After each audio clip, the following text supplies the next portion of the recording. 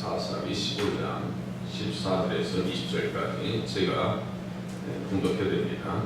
삼손이 레이의 이름에 블레셋 사람들이 그에게로 마주 나가며 소리 지를 때 여호와의 영이 삼손에게 갑자기 임하시매 그의 팔 위에 밧줄이 불탄 섬과 같이 그의 결박되었던 손에서 떨어진지라. 삼손이 나귀의 새 턱뼈를 보고 손을 내밀어 집어들고 그것으로 1000명을 죽이고 이르되 나귀의 턱뼈로 한 더미 두 더미를 쌓았으며 나귀의 턱뼈로 내가 1000명을 죽였도다 하니라. 그가 말을 마치고 턱뼈를 자기 손에 내던지고 그것을 라마 레이라 이름하였더라. 삼손이 심히 목이 말라 여호와께 부르짖어 이르되 주께서 종의 손을 통하여 이 큰 구원을 베푸셨사오나 내가 이제 목말라 죽어서 할례받지 못한 자들의 손에 떨어지겠나이다 하니 하나님이 레이에서 한 우묵한 것을 터뜨리시니 거기서 물이 솟아 나오는지라. 삼손이 그것을 마시고 정신이 회복되어 소생하니 그러므로 그 샘 이름을 에나보레라 불렀으며 그 샘이 오늘까지 레이에 있더라. 블레셋 사람의 때에 삼손이 이스라엘의 사사로 20년 동안 지냈더라. 아멘. 삼손이 새 밧줄 둘로 결박당한 채 블레셋 사람들의 모여있는 레이에 도착합니다. 블레셋 사람들이 삼손을 보고 소리 지르며 달고, 소리 지르는 어떤 소리일까요? 징호, 죽여버리겠다고 하는 소리겠죠. 그죠? 원수를 갚아버리려고 하는 징호가 담겨있고 폭력이 동반되어 있는 그런 상황입니다. 한번 그림을 그려보세요. 얼마나 그 상황이 절박한 상황입니다. 이때 여호와의 영이 갑자기 임재하셨다. 여호와의 영이 뭐예요? 성령님이십니다. 성령님께서 갑자기 임하심에 그의 팔 위에 밧줄이 불탄 섬과 같이 그의 결박되었던 손에서 떨어졌다 했습니다. 성령이 임하시면 결박이 풀어집니다. 왜 그럴까요? 성령님은 예수님의 구원과 승리를 적용시켜 주시기 때문입니다. 우리의 삶 가운데 정말 힘든 일들이 있을 때마다 성령님께서 함께 하셔서 흉한 결박에서 풀어주는 은혜를 주신다라고 하는 기대 속에서 신앙생활 하시길 바랍니다.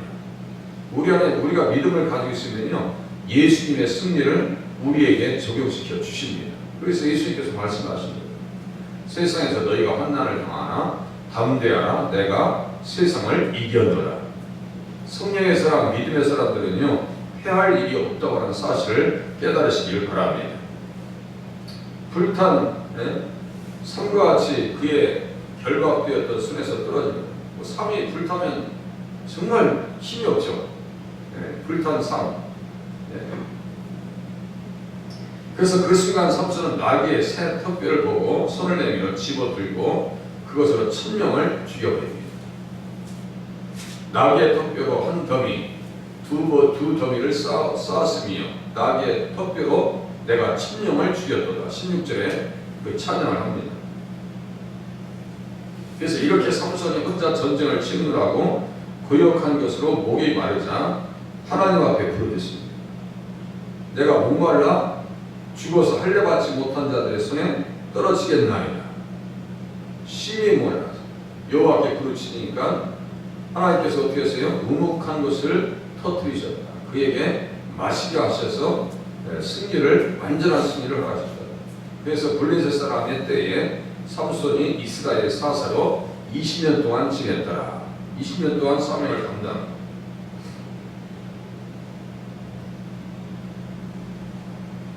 그래서 블레셋 사람들은 이스라엘 백성들의 영혼까지 다 지배하려고 지금 준비하고 있는 거예요. 유다 사람들의 말과 같이 너는 블레셋 사람이 우리를 다스리는 줄을 알지 못하느냐. 15장 11절.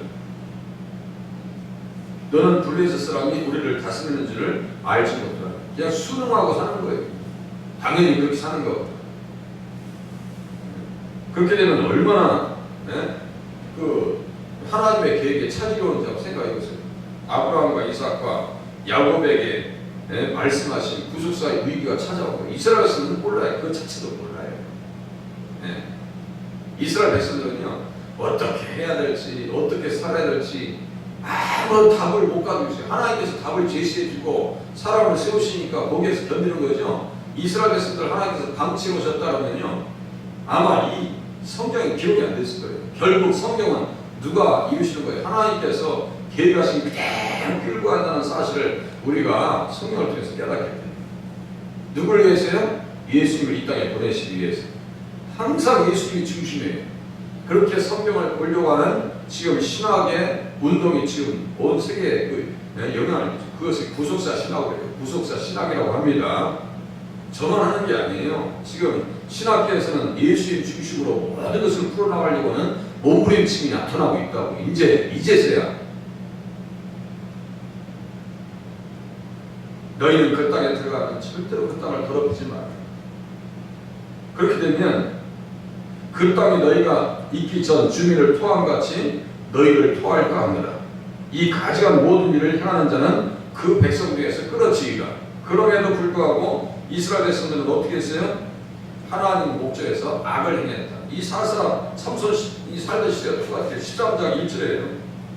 이스라엘 자손이 다시 여호와의 목전에 악을 행하였으므로 여호와께서 그들을 40년 동안 블레셋 사람의 손에 넘겨주시니라. 블레셋 사람들은 어디에 잔재인지 아세요? 애굽의 잔재입니다. 함의 아들이 구스와 미스라임과 붓과 가나안이에요. 그래서 구미, 붓과 이렇게 외우시면 돼요. 구스와 미스라임과 그리고 붓과 가나안. 이 미스라임에서 누가 나오냐면 블레셋이 나오거든요. 미스라임이 어디예요? 애굽이에요. 미스라임이 애굽입니다. 히브리어로. 그래서 미스라임에서 가술림이 나오고 가술림에서 블레셋이 나왔더라. 그러니까 애굽에 있을 때 이스라엘 백성들을 총성하고 지금 가나안 땅에 들으니까 누가 또 찾아와요? 미스라임, 애굽의 잔재 블레셋 사람들이 찾아와서 또 종으로 만들라고요. 우리는요 예수 믿어서 구원 받았어요. 그러면 우리를 또 뭘 삼으려고 해요? 계속해서 죄의 세력들을, 마귀의 세력들은 어떻게 해요? 블레셋 사람들처럼 정말 하나님에 대해서 생각할 수 없는 지경까지 몰고 갑니다. 그게 염려와 근심이에요. 조금만 예수 믿어요. 성령 충만해서 정말 감사하게 신앙생활 하려면은 염려와 근심이 찾아오고 두려움이 찾아와서 말이죠. 옴짝 깔싹 못하게 만들어버려요. 교회 못 나오게 만들고, 감히 교회 가면 무슨 병 걸릴 것 같은 두려움 가운데 딱 사로잡는다. 그게 블레셋 세력이 지금 코로나 세력이 뭐 다를 게 하나도 없어요. 영적인 매가 똑같습니다. 지금 이것을 어떻게 해야 돼요? 믿음으로 물리치셔야 되는 줄로 깨달으시길 바랍니다. 믿음으로 물리쳐야죠.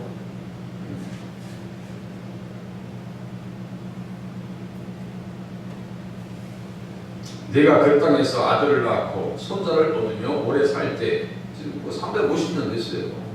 300년이 넘어가요. 지금 저 삼손 때는 가나안 땅에 들어온 지, 그 자녀를 낳고 손자를 얻으며 오래 살 때 만일 스스로 부패하여 무슨 형상의 우상이든지 조각하여 내 하나님 여호와 앞에 악을 행하면 진노가 일어난다. 주님께서 막 신명기 4장 25절. 그 패턴이 계속 이스라엘 백성들의 실패로 이루어집니다. 우상을 만들지 말라. 우상에게 매이지 말라. 엮이지 말라. 그렇게 되면 그 땅에서 속히 망할 것이다. 그럼에도 불구하고 신명기 4장 31절에 살 길에 대한 말씀을 열어줍니다. 들어보세요. 신명기 4장 31절. 내 하나님 여호와는 자비하신 하나님이시라. 그가 너를 버리지 아니하시며 너를 멸하지 아니하시며 내 조상들에게 맹세하신 언약을 잊지 아니하시리라. 내 조상들에게 맹세하신 언약을 잊지 아니하시리라. 누구덕으로 이스라엘 백성들이 살 수 있다는 거예요? 결국은 누구덕으로요? 예수님도 이제는 그렇게 나오셔야 돼요. 내 조상들에게 맹세하신 언약, 내 조상들에게 맹세하신 언약. 그 맹세하신 언약은 뭐예요? 창세기 22장 16절부터 18절. 내 씨로 말미암아 천한 만민이 복을 받을 것이다. 이제는 이해되시죠? 이 씨는 사도행전 3장 25절에 그 씨가 종으로 이야기가 되어지고 있는 예수 그리스도입니다. 씨가 자손이고 자손이 갈라디아 3장 16절에 자손은 곧 그리스도다. 아예 써 있어요. 그러니까 성경 그걸 가지고 구약 성경 전체를 보셔야 되고, 창세기를 보면 무엇으로 충만하더라고요? 예수 그리스도의 복음으로 충만하더라. 그래서 이스라엘 백성들이 다 무너지고 깨어진다 할지라도 하나님께서는 어떻게 하시겠다는 거예요? 이스라엘 백성들을 버리지 않으시겠다는 거예요. 누구를 보내셔야 되기 때문에 그 땅에 예수 그리스도가 성탄하셔야 되기 때문입니다. 이게 얼마나 은혜로운 말씀인지 아세요? 저는 예전에 성경을 볼 때 이 말씀이 무슨 의미인지 도대체 저쪽에서 이쪽에서 무슨 의미가 통하는지 전혀 깨닫지 못했어요. 그런데 예수님 안에서 성경을 보기 시작하니까요, 성경 내용이 너무너무 풍성하더라 이거예요. 너무너무 풍성해요. 비록 부족하고 별 볼 일 없다 할지라도 하나님께서는 이스라엘 백성들을 어떻게 하신다고요? 절대로 놓지 않으세요. 맹세하신 언약의 말씀이 있기 때문입니다. 그래서 착각하지 말라고 주님께서 이스라엘 백성들에게 몇 번 경고합니다. 내 하나님 여호와께서 그들을 내 앞에서 쫓아가신 후에 신명기 9장 4절 내가 신중에 이르기를 내 공의로움으로 말미암아 여호와께서 나를 이 땅으로 인도하여 들여서 그것을 차지하게 하셨다 하지 말라. 이 민족들이 악함으로 말미암아 여호와께서 그들을 내 앞에서 쫓아내심이니라. 네가 가서 그 땅을 차지하는 내 공의로 말미암음도 아니요 내 마음이 정직함으로 말미암음도 아니요 이 민족들이 악함으로 말미암아 내 하나님 여호와께서 그들을 내 앞에서 쫓아내심이라. 여호와께서 이같이 하심은 내 조상 아브라함과 이삭과 야곱에게 하신 맹세를 이루게 하심이라. 이제 그 말씀이 이제 이해되시죠? 정립이 되죠? 자, 내 조상 아브라함과 이삭과 야곱에게 하신 맹세를 이루려고 하시는 것이지 너희들이 잘나서 그런 게 아니에요. 너희들이 그렇게 하나님 앞에 쓰임받는 것 자체에 큰 축복인 줄 알아. 이거예요. 우리가 정말 하나님 앞에서 공의로워서 정직해서 천국 가는 게 아니에요. 누구 때문에 천국 간다고요? 예수님 때문에 천국 가는 줄로 깨달으시길 바랍니다. 하나님의 백성 되었다는 그 사실 앞에 정말 감사하셔야 돼요. 그런데 이 현장, 이제 사사기 15장에 들어오니까 아니 구속사의 의미에 찾아와요. 언약의 말씀에 대한 엄청난 도전과 반응을 찾아옵니다. 그죠? 블레셋을 통해서 내부적으로 이스라엘 백성들의 타락을 통해서, 그죠? 그래서 블레셋 사람들의 그 다스림이 계속된다면은 구원 역사의 의미가 찾아옵니다. 이방 민족을 통한 이스라엘의 압제가 심화되어질 때마다 하나님께서는 누굴 세우셨어요? 사사들을 세우셨습니다. 블레셋이 가나안 약속의 땅, 언약의 땅, 메시아의 성탄의 땅을 다스리고 있는 이때에도 하나님께서는 삼손을 세우시고 그를 통해서 이스라엘을 구원하시려고 이스라엘을 살리시는 거예요. 뭐 때문에요? 여자의 후손을 이 땅에 보내시려고. 여자의 후손을 그 땅에 보내시려고. 구원 역사의 고비고비마다 우리 주님께서는 사사들을 세우셔서 그들을 통해서 구원 역사의 계획을 계속해서 진행시켜 주십니다. 그래서 결국은 세상 역사의 주관자도 예수님이시고 이스라엘 구원 역사의 주인도 누구예요? 예수님이십니다. 그래서 역사 현장에 여호와의 사자로 개입하시고, 그죠? 여호와의 군대 대장으로 간섭하셔서 승리를 허락해 주십니다. 기묘자가 무엇이냐? 비록 삼손이 윤리와 도덕으로 볼 때는 부족함이 한량없습니다. 그죠? 윤리와 도덕으로 볼 때는. 그럼에도 불구하고 하나님께서는 그 부족한 인물을 들어 바꾸어 사용하시고 능력을 주시어 사용하십니다. 바꿔서 사용하시고 능력을 베풀어서 사용하십니다. 우리 교회로 오시는 분들 성령께서 거듭나서 사용하시고 그들에게 은사를 베푸셔서 사용하십니다. 그죠? 거듭나. 특히 세상에서 막 살던 사람들도요, 예수 믿으면 순한 양이 되버려요. 그죠? 정말 순한 양이에요. 모세가 그런 사람 아니에요? 성경에 나오는 세베대의 아들 야고보와 요한은 똑같아요. 야고보와 요한도 거친 사람이에요. 거친 사람이에요. 사마리아로 가는 길에 있어서 예수님을 막으니까 야고보와 요한이 뭐라고 하지 아세요? 주여, 우리가 불을 병하여 하늘로부터 내려 저들을 멸하라 하기를 원하시나이까? 그런 사람들도 어떻게 바뀌어요? 야고보는 첫 번째 순교자가 되고 삼손도 순교자가 됩니다. 그리고 요한은 어떤 사람으로 거듭나요? 사랑의 사도로 거듭나게 됩니다.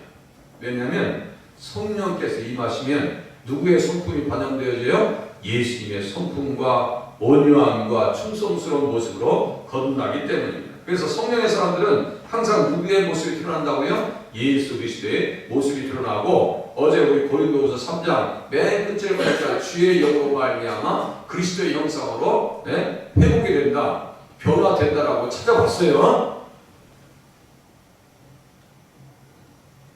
이제 결론적으로 18절 보세요.